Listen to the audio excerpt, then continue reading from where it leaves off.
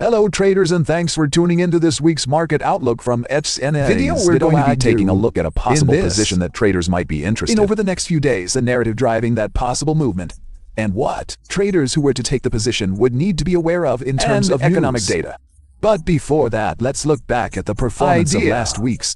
Last week's idea was a possible sell for a euro-dollar from around $1.08. That could still be triggered, but for the moment, certainly it seems to have been inaccurate. Now, for this week's idea, I'm Michael Stark, financial and content manager. The idea is Andreas Themistocles, trading Much Andreas for being here and for being willing to give the idea. Thanks for having me. And what do you think over the next few days? Possible position that traders might be interested in looking at? So this week, my attention is on the pound lunar pair for a potential long trade with a target around the 1.7 or 1.71 price area day. The price found sufficient resistance on the upper band of the Bollinger Bands and is currently correcting to the downside. This might be coming to an end, since there is the dynamic support area between the 50 and 100-day moving averages just below the current area of trading. Also, the downward trend line, which has been broken, and the faster moving average is trading above the slower one, indicating that the bullish momentum is still valid. And what do you think the most important narratives or factors that are driving the possible move up? So if we check the 10-year Treasury bond yields chart of UK and Canada, we will notice that there is an inverse relationship between the quid and the loonie yields.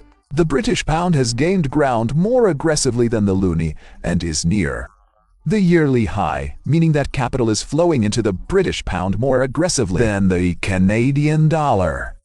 In terms of economic data that could influence this trade,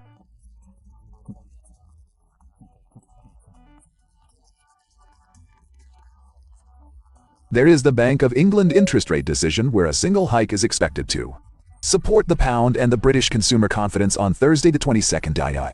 Also, traders needing to pay attention on the Canadian inflation rate said to be published on the 27th of June. Thanks very much, Andreas, for giving us the idea for this week. And in summary, the possible idea for a trade this week is sterling against the Canadian dollar with a possible target around 1.7 to 1.7. One of the primary narratives that's driving the idea is a divergence between British and Canadian bonds.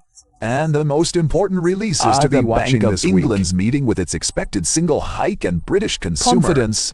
Remember that this is just an idea for a trade. It's not a guarantee of success. Always do your own research and remember to manage risk.